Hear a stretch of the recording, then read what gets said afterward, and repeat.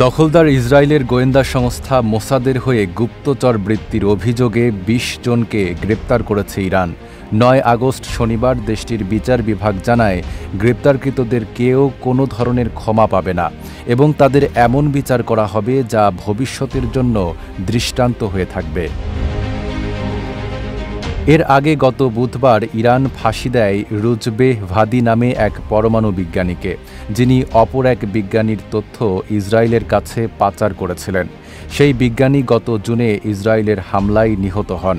ইরানের বিচার বিভাগের মুখপাত্র আসগার জাহাঙ্গীরি জানিয়েছেন, গ্রেপ্তার হওয়া আরও ২০ জনের বিরুদ্ধে অভিযোগ প্রমাণিত না হওয়ায় তাদের ছেড়ে দেওয়া হয়েছে। তবে যাদের বিরুদ্ধে প্রমাণ হয়েছে তাদের কোনো ছাড় দেওয়া হবে না।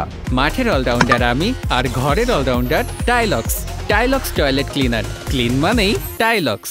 গত জুনে ইসরায়েল ইরানে অতর্কিত হামলা চালায়। এ হামলায় গুপ্তচরদের সহায়তায় বেশ কয়েকজন সামরিক কর্মকর্তা ও পরমাণু বিজ্ঞানী নিহত হন। এরপর ২ সপ্তাহব্যাপী যুদ্ধের পর ইরান ব্যাপক ধরপাকড় শুরু করে। একই সাথে দ্রুত বিচার শেষ করে একের পর এক গুপ্তচরের মৃত্যুদণ্ড কার্যকর করছে দেশটি। গত কয়েক মাসেই অন্তত ৮ গুপ্তচরের ফাঁসি কার্যকর করেছে ইরান।